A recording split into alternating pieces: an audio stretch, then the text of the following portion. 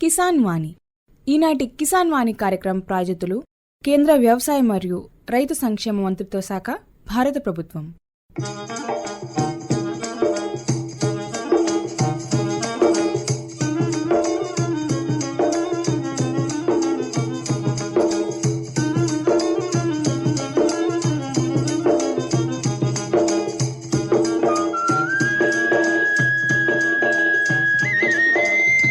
కిసాన్ వాణి.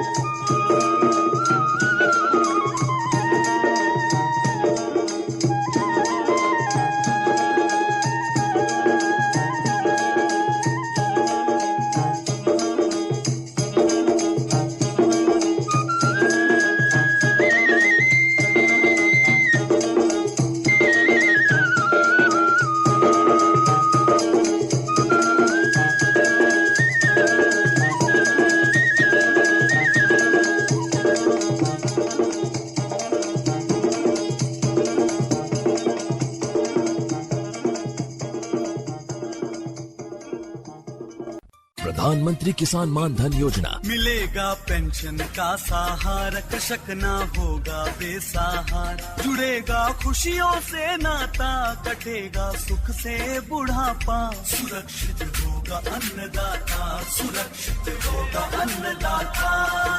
प्रधानमंत्री किसान मान धन योजना से लघु सीमांत किसानों का भविष्य होगा सुरक्षित और 60 वर्ष की आयु से 3,000 रूपए मासिक पेंशन होगी सुनिश्चित। 55 रूपए से 200 रूपए की मासिक किश्त देकर प्रवेश कर सकते हैं। 18 से 40 वर्ष तक के किसान इस अंशदायक योजना में सरकार देगी बराबर का योगदान। सभी किसान भाई बहन इस योजना के लाभ के लिए जन सेवा केंद्र में जाएं और अपना निःशुल्क नामांकन कराएं। प्रधानमंत्री किसान मान धन योजना, अन्नदाता के परिश्रम को संबल, पेंशन से सुरक्षित उनका कर। कृषि एवं किसान कल्याण मंत्रालय, भारत सरकार द्वारा जनहित में जारी। ఈనాటి కిసాన్ వాణి కార్యక్రమంలో మొదటిగా వివిధ రకాల ఘన మరియు ద్రవ రూప సేంద్రియ ఎరువుల తయారీ విధానం గురించి సీతంపేట వ్యవసాయ పరిశోధనా స్థానం శాస్త్రవేత్త శ్రీమతి పి సౌజన్య గారు అందించే సూచనలు వింటారు. ముందుగా సేంద్రియ వ్యవసాయం అంటే ఏంటో వారి మాటల్లో తెలుసుకుందాం. ఈరోజు మనం వివిధ రకాల ఘన మరియు ద్రవరూప సేంద్రియ ఎరువుల తయారీ విధానం గురించి తెలుసుకుందాం. సేంద్రియ వ్యవసాయం అనేది స్థిరత్వం, జీవ వైవిధ్యం మరియు పర్యావరణ సమతుల్యత నొక్కి చెప్పే సమగ్ర విధానం. ఈ విధానం పర్యావరణాన్ని పరిరక్షించటమే కాకుండా ఉత్పత్తి చేయబడిన ఆహారం ఆరోగ్యకరమైనది మరియు వినియోగానికి సురక్షితమైనదిగా నిర్ధారిస్తుంది. నేటి కాలంలో రసాయనిక ఎరువుల వాడకం క్రమేపీ పెరిగి కేవలం రసాయనిక ఎరువులు మాత్రమే వాడే పరిస్థితులు నెలకొన్నాయి. సేంద్రియ ఎరువులు కూడా తగినంత మోతాదులో లభ్యం కాకపోవటం, రసాయనిక ఎరువులతో పోలిస్తే వాటిని ఎక్కువ పరిమాణంలో వాడవలసి ఉండటం, అందుకు కావలసిన రవాణా, కూలీల అవసరం, రసాయనిక ఎరువుల్లోని పోషకాలు సులువుగా పంటలు గ్రహించగలిగి వెంటనే వాటి ప్రభావం పైర్లపై కనబడటం, సొంత సేద్యం తగ్గి కౌలు సేద్యం పెరగటం, పశు సంపద ఆధారిత వ్యవసాయం క్రమేపీ తగ్గిపోయి యాంత్రీకరణ చోటు చేసుకోవడం వంటి అనేక ఇతర కారణాలు కూడా రసాయనిక సేద్యం వైపు వ్యవసాయాన్ని మళ్లించాయి. ఈ పరిస్థితులు చక్కదిద్ది తిరిగి సేంద్రియ వ్యవసాయం వైపు రైతాంగం నడవలసిన అవసరం ఉంది. సేంద్రియ వ్యవసాయం అనేది పర్యావరణ నష్టాన్ని తగ్గించి పర్యావరణ సమతుల్యతను కాపాడే మార్గాల్లో ఆహారాన్ని ఉత్పత్తి చేయడానికి ప్రయత్నించే వ్యవసాయ వ్యవస్థ. సహజ వనరులను, వ్యవసాయ వ్యర్థాలను, పశువులు, గొర్రెలు, మేకలు, కోళ్ళు వంటి పశుపక్షాదుల విసర్జనాలను, వాటి ఇతర ఉత్పత్తులను, పచ్చిరొట్టు పైర్లను, సహజ సిద్ధ ఖనిజ సంబంధమైన మూలకాలను ఎరువులుగా, జంతువృక్ష సంబంధ క్రిమిసంహారాలను, జీవ నియంత్రణ సూక్ష్మజీవులను, పురుగుల ఆకర్షక వికర్షకుల ఎరలను వాడి పురుగులు, తెగుళ్లను నియంత్రించటము వంటి పద్ధతులను అవలంబించి ఎటువంటి రసాయనాలను వాడకుండా కాలుష్య కారకాలైన ఆరోగ్యానికి హాని కలిగించే రసాయనాలు, వాటి అవశేషాలు ఆస్కారం లేకుండా నాణ్యమైన ఆరోగ్యకరమైన పంటలను ఉత్పత్తి చేయవచ్చు. సేంద్రియ ఎరువుల వాడకం పూర్తిగా తగ్గిపోయినప్పుడు నేలలో సేంద్రియ పదార్థ నిల్వలు గణనీయంగా తగ్గిపోతాయి. దీనివలన భూసారం తరిగిపోవటమే కాకుండా భూభౌతిక స్థితి కూడా దెబ్బతింటుంది. భూమి ఆరోగ్యంగా ఉండటానికి, నాణ్యతను పరిరక్షించడానికి సేంద్రియ పదార్థం ఎంతగానో ఉపయోగపడుతుంది. ఇప్పుడు సేంద్రియ వ్యవసాయం వల్ల కలిగే లాభాల గురించి తెలుసుకుందాం. సేంద్రియ వ్యవసాయం వల్ల కలిగే లాభాలు: పరిసరాల మిత్రత్వానికి, కాలుష్య నివారణకు దోహదపడుతుంది, జీవ వైవిధ్యానికి నాంది పలుకుతుంది, సహజ వనరులు ఎప్పటికప్పుడు ఉపయోగపడటమే కాక దీర్ఘకాల ప్రయోజనాల కొరకు రాబోయే తరాల వారికి కూడా అందుబాటులో ఉంటాయి. నేల గొల్లబారుతుంది, మురుగునీరు పోయే సౌకర్యం పెరుగుతుంది, నేలలోని తేమ, గాలి, మొక్క సంబంధాలలో అనుకూలత ఏర్పడుతుంది. అలానే నీరు పట్టి ఉంచుకునే శక్తి పెరుగుతుంది, వేర్లు బాగా చొచ్చుకొని పోయే లక్షణం కలిగి ఉంటుంది, భౌతిక లక్షణాలు కూడా వృద్ధి చెందుతాయి, మొక్కకు పోషకాలు బాగా అందుబాటులోకి వస్తాయి, నేలకు పోషకాలను పట్టి ఉంచే గుణం అధికమవుతుంది, ఉదజన సూచిక వంటి రసాయన లక్షణాల అనుకూలత మెరుగవుతుంది, నేల పునరుద్ధరణ జరుగుతుంది, ఖరీదైన పెట్టుబడులు పెట్టవలసిన అవసరం లేదు, నేల ఉత్పాదకత, భూసారం అనేది నిలకడగా ఉంటాయి, పంట నాణ్యత ఉంటుంది, ఉత్పత్తులు మంచి రంగు, రుచి, వాసన, నిల్వ ఉండే గుణం కలిగి ఉంటాయి, నేల, నీరు, వ్యవసాయ ఉత్పత్తులు కాలుష్యానికి గురికావు. సేంద్రియ ఎరువులు వినియోగం పెరుగుదల వల్ల మొక్కలకు అవసరమయ్యే ముఖ్య సూక్ష్మ పోషకాలు తగు మోతాదులో లభ్యమవుతాయి. సహజ సిద్ధంగా నేలలో ఉండే పోషకాలు మొక్కకు బాగా లభ్యమవుతాయి. నేలలో తగినంత సేంద్రియ పదార్థం ఉంటే పలు సమస్యలకు పరిష్కారం లభిస్తుంది.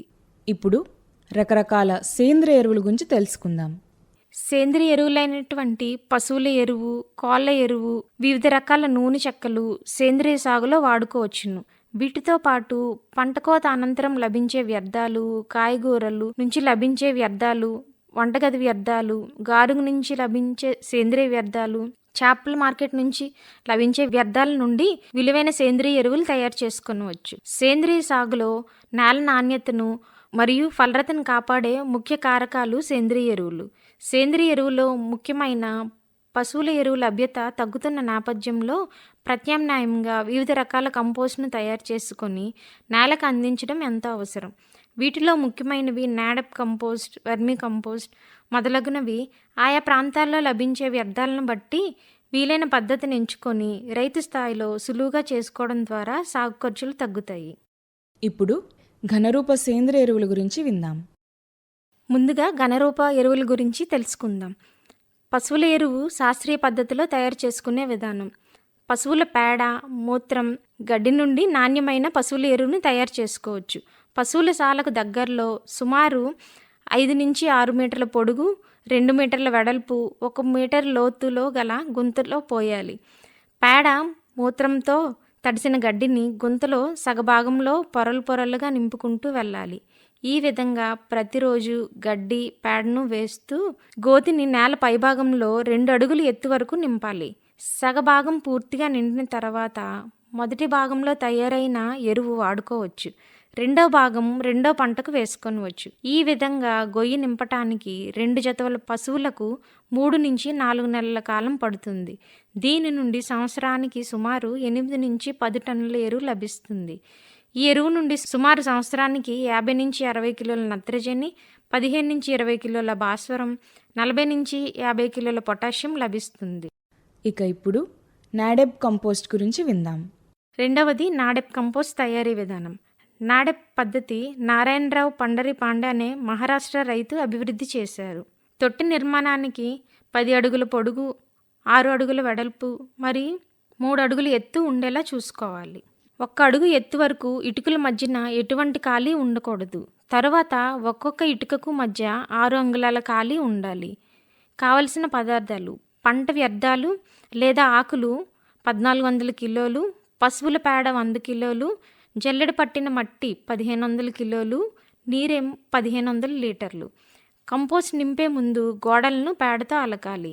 మొదటి పొరలో 7 నుంచి 10 ఇంచుల వరకు పంట వ్యర్థాలు, ఆకులు మొదలగు వాటితో నింపుకోవాలి. రెండవ పొరలో 4 కేజీల పేడను 100 లీటర్ల నీటిలో కలిపి మొదటి పొరపై చల్లాలి. మూడవ పొరలో 60 కేజీల మట్టిని పొరలాగా చల్లాలి. ఈ విధంగా 6 నుంచి 7 పొరలుగా కంపోస్ట్ని పూర్తి చేయాలి. అలా నింపిన తర్వాత పేడ మరియు మట్టితో పైన అలకాలి. కంపోస్ట్ నింపిన 15 నుంచి 30 రోజుల తర్వాత నాడప్ కంపోస్ట్ కుంగడం జరుగుతుంది. కుంగిన పిట్స్ పైన పేర్కొన్న విధంగా మళ్ళా నింపాలి. పూర్తిగా నింపిన తర్వాత 6 నుంచి 15 రోజులకు ఒకసారి నీళ్లు చిలకరించుకోవాలి. 90 నుంచి 120 రోజుల తర్వాత సుమారు 2.5 టన్నుల నాణ్యమైన కంపోస్టు తయారవుతుంది. ఈ నాడెప్ కంపోస్ట్ ఎరువులో నత్రజని 0.7%, భాస్వరం 0.4%, పొటాషియం 1% పోషకాలు ఉంటాయి. సాధారణ కంపోస్ట్ పద్ధతిలో తయారైన కంపోస్ట్ కంటే నాణ్యమైన కంపోస్ట్ తయారవుతుంది. ఒకసారి ఎక్కువ మొత్తంలో అన్ని రకాల వ్యర్థాలను ఉపయోగించుకొని సులువుగా కంపోస్ట్ చేసుకుంటే నాడెప్ కంపోస్ట్ పద్ధతిని ఎంచుకోవచ్చు. సాధారణ కంపోస్ట్ పద్ధతి కంటే నాడెప్ కంపోస్ట్ పద్ధతి మేలైనదిగా చెప్పవచ్చు. నాడెప్ కంపోస్ట్ నిర్మించడానికి నీరు నిల్వ ఉండే ప్రదేశాన్ని ఎంచుకోరాదు, ఎత్తుగా ఉండే ప్రదేశాన్ని ఎన్నుకోవాలి. తదుపరి వేస్ట్ డీకంపోజర్ అంటే ఏమిటి, దాని తయారీ విధానం గురించి తెలుసుకుందాం. వేస్ట్ డికంపోజర్ వ్యవసాయ వ్యర్థ పదార్థములను ఎరువుగా మార్చే సూక్ష్మజీవుల సముదాయం. వ్యవసాయ వ్యర్థ పదార్థాలు అనగా పంట నూర్పిడి మరియు పంట కోసిన తర్వాత పొలంలో మిగిలిపోయిన పదార్థములు. ఉదాహరణకు వరిగడ్డి, మొక్కజొన్న చొప్ప, ప్రత్తి కట్టె, కంది కట్టె మొదలగు వ్యర్థ పదార్థములు.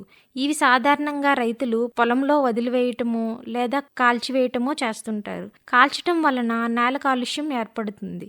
డికంపోజర్ను ఉపయోగించి ఈ వ్యవసాయ వ్యర్థ పదార్థాలను కూడా రైతులు ఎరువుగా మార్చవచ్చు. మోతాదు 1 టన్ను వ్యవసాయ వ్యర్థ పదార్థాలకు 1 కిలో డికంపోబి వాడుకొనవచ్చు. పంట కోత తర్వాత పొలంలో వచ్చే వ్యవసాయ వ్యర్థ పదార్థాలు పొలంలోనే కొల్లబెట్టుకోవచ్చు. డికంపోఏ ఇది ఒక శిలీంద్ర సూక్ష్మజీవుల మిశ్రమం మరియు డికంపోబి ఇది బ్యాక్టీరియా సూక్ష్మజీవుల మిశ్రమం.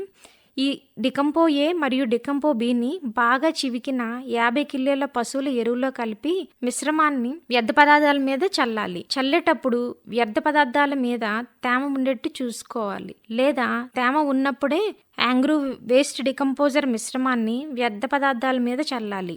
7 రోజులకు ఒకసారి కిందకి పైకి తిప్పి నీటిని పిచికారీ చేసుకోవాలి. తిరిగి కుప్పలాగా చేసుకోవాలి. వ్యర్థ పదార్థాలను చిన్న చిన్నగా ముక్కలు చేసుకుంటే తొందరగా కుళ్ళుతాయి. తరువాత వర్మీ కంపోస్ట్ అంటే వానపాము ఎరువుల తయారీ విధానం గురించి తెలుసుకుందాం.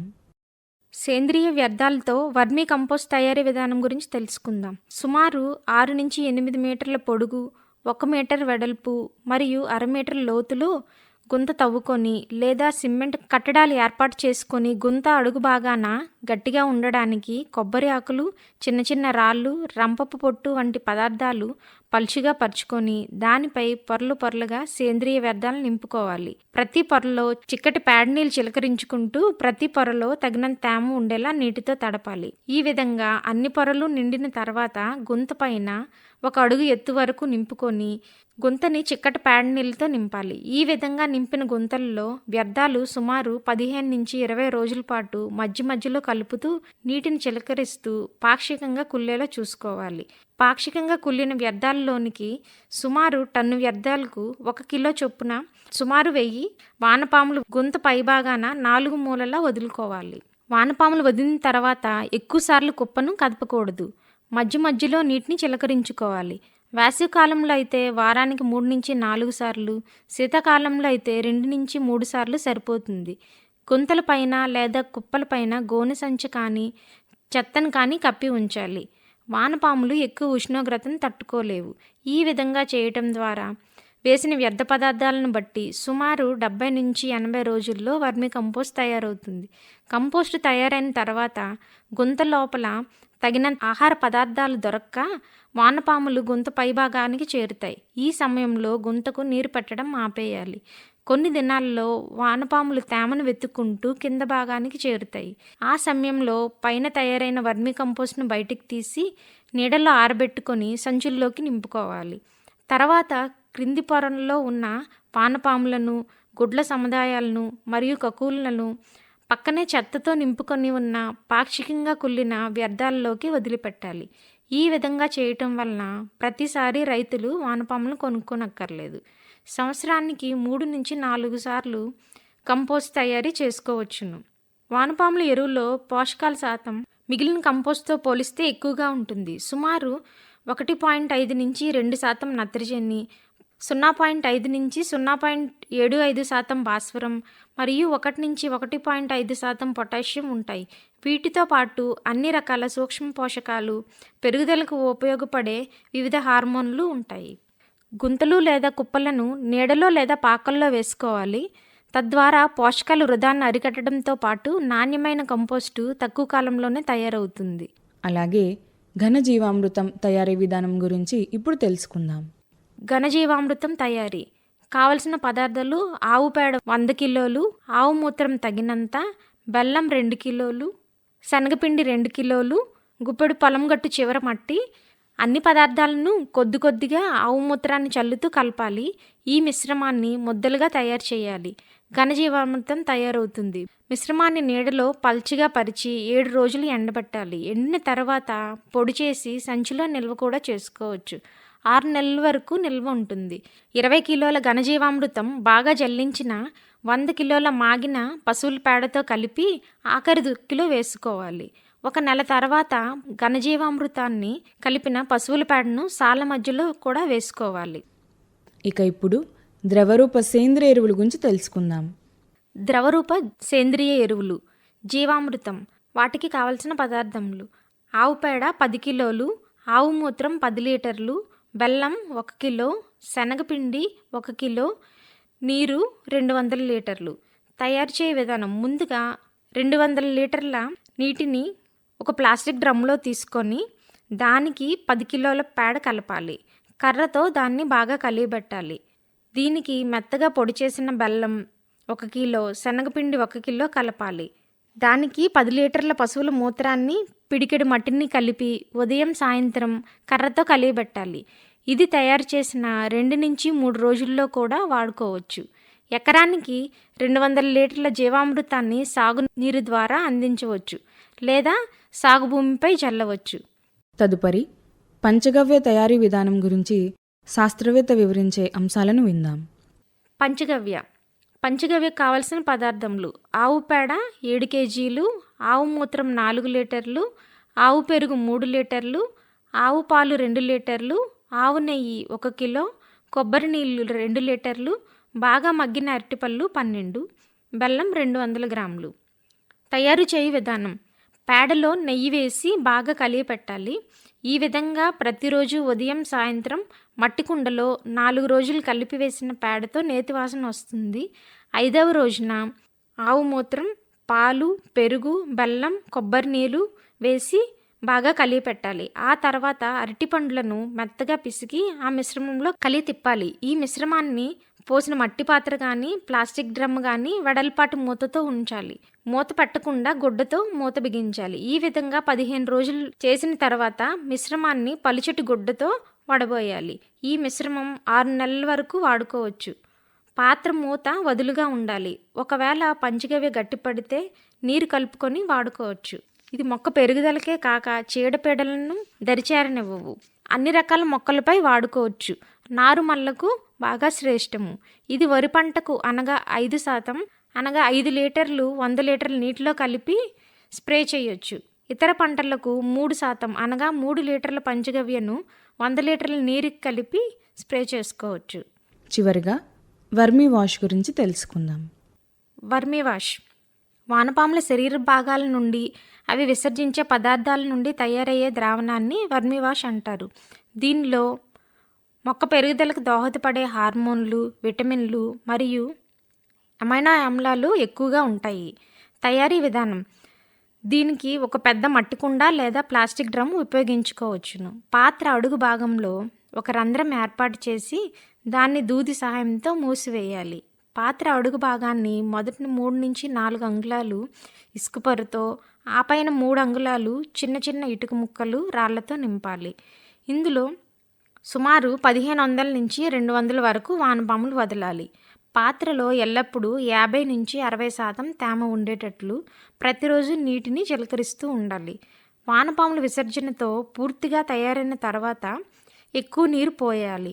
పాత్ర అడుగు భాగంలోని రంధ్రం నుండి డికాషన్ వంటి ద్రావణం బొట్లు బొట్లుగా బయటికి రావడం మొదలవుతుంది. దీనిని సేకరించాలి. అలాగే మరో 2-3 సార్లు నీరు పోసి వచ్చిన ద్రావణాన్ని సేకరించాలి. దీన్నే వర్మీ వాష్ అంటారు. ఇది అత్యంత విలువైన సేంద్రియ ఎరువు. సేంద్రియ పదార్థం అంతా వర్మీ కాస్టింగ్గా మారినప్పుడు దానిని తీసివేసి కొత్తగా సేంద్రియ పదార్థాన్ని అందిస్తే వానపాముల నుండి మరలా కాస్టింగ్స్ తయారవ్వడం ప్రారంభమవుతుంది. ఈ వర్మీ వాష్ను పంటపై 5% ద్రావణాన్ని పిచికారీ చేసుకోవడం ద్వారా మొక్కలు ఏపుగా పెరగడంతో పాటు నాణ్యమైన ఉత్పత్తులు లభిస్తాయి. ఈ విధంగా రైతులు తమకు లభ్యమయ్యే వ్యర్థాలను ఉపయోగించుకొని సేంద్రియ ఎరువులను తయారు చేసుకొని ఉపయోగించుకుంటే నేల ఆరోగ్యం కాపాడుకోవటమే కాకుండా నాణ్యమైన పంట దిగుబడులు పొందవచ్చు. విన్నారు కదా, వివిధ రకాల ఘన మరియు ద్రవరూప సేంద్రియ ఎరువుల తయారీ విధానం గురించి సీతంపేట వ్యవసాయ పరిశోధనా స్థానం శాస్త్రవేత్త శ్రీమతి పి సౌజన్య గారు అందించిన సూచనలు. ఇప్పుడు ఒక జానపద గీతం వింటారు.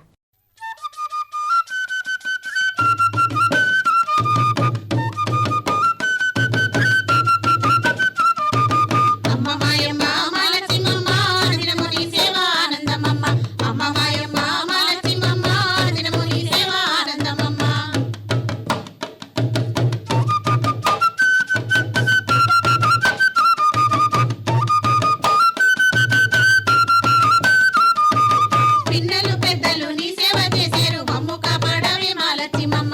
పిన్నలు పెద్దలు నీ సేవ చేసేరు మమ్ము కాపాడవే మాలచ్చిమమ్మ. ఉత్తరాదిన పుట్టేవమ్మ దక్షిణాదిన వెలిసేవమ్మ. ఉత్తరాదిన పుట్టేవమ్మ దక్షిణాదిన వెలిసేవమ్మ. అమ్మ మాయమ్మ మాలచ్చిమమ్మ దినము నీ సేవ ఆనందమమ్మ. అమ్మ మాయమ్మ మాలచ్చిమమ్మ దినము నీ సేవ ఆనందమమ్మ.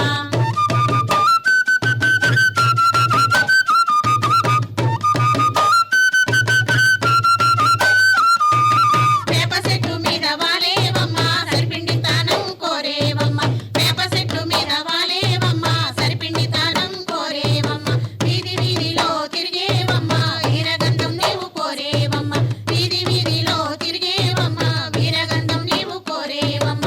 అమ్మ మాయమ్మ మాలచ్చిమమ్మ అనుదినము నీ సేవ ఆనందమమ్మ. అమ్మ మాయమ్మ మాలచ్చిమమ్మ అనుదినము నీ సేవ ఆనందమమ్మ.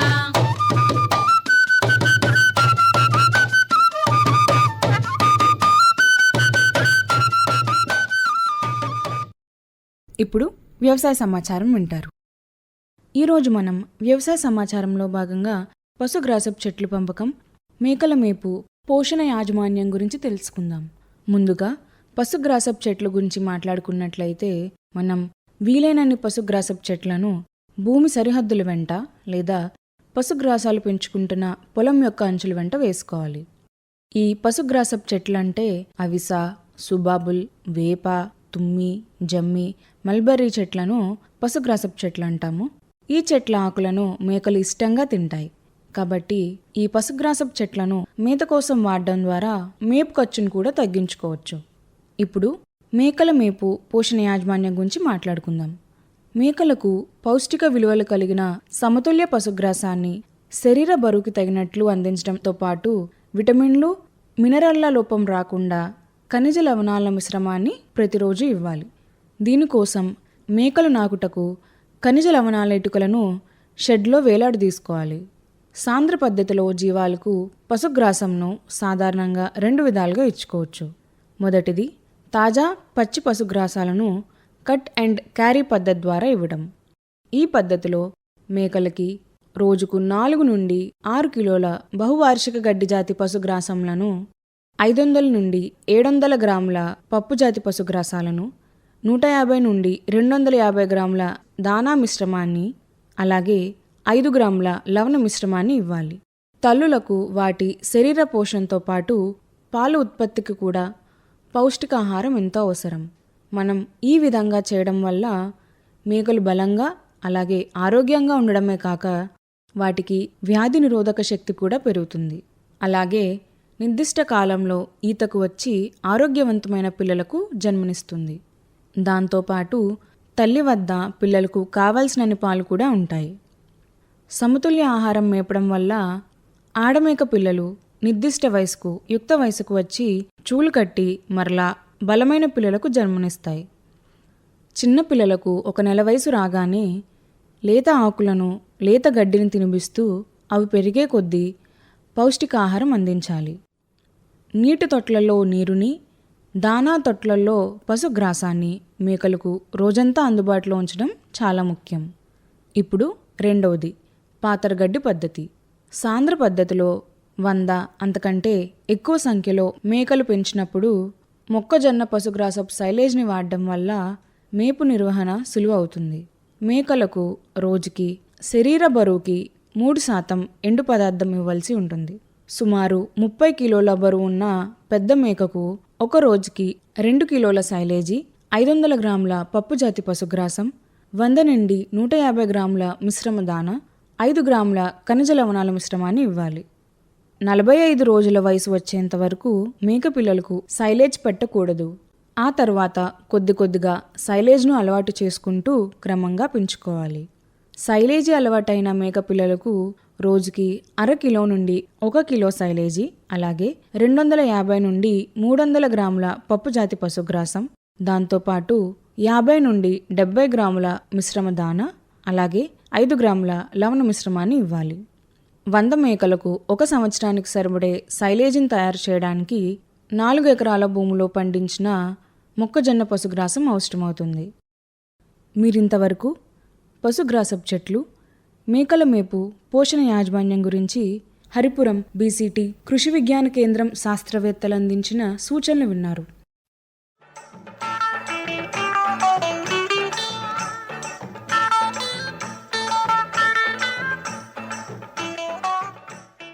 దీర్ఘకాలంలో జీవన ఎరువులు నేల సారాన్ని పెంచుతాయి, నేల నిర్మాణాన్ని మెరుగుపరుస్తాయి, ఇంకా నీటిని నిలుపుకునే సామర్థ్యాన్ని కూడా పెంచుతాయి. పోషకాల లభ్యతను పెంచటం, అలాగే మొక్కల పెరుగుదలను ప్రోత్సహించడం ద్వారా జీవన ఎరువులు పంట దిగుబడులను పెంచడానికి సహాయపడతాయి.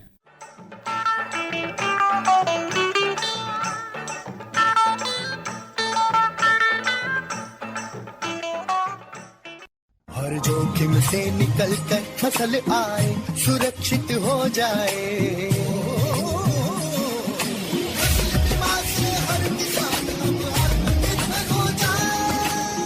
संकट के समय प्रधानमंत्री फसल बीमा योजना किसानों के लिए वरदान है। अब सूखा पड़े या बाढ़ आ जाए कोई डर नहीं, अब ओले पड़े या कीट पतंगे फसल खा जाए कोई फिक्र नहीं, क्योंकि हमने लिया है प्रधानमंत्री फसल बीमा।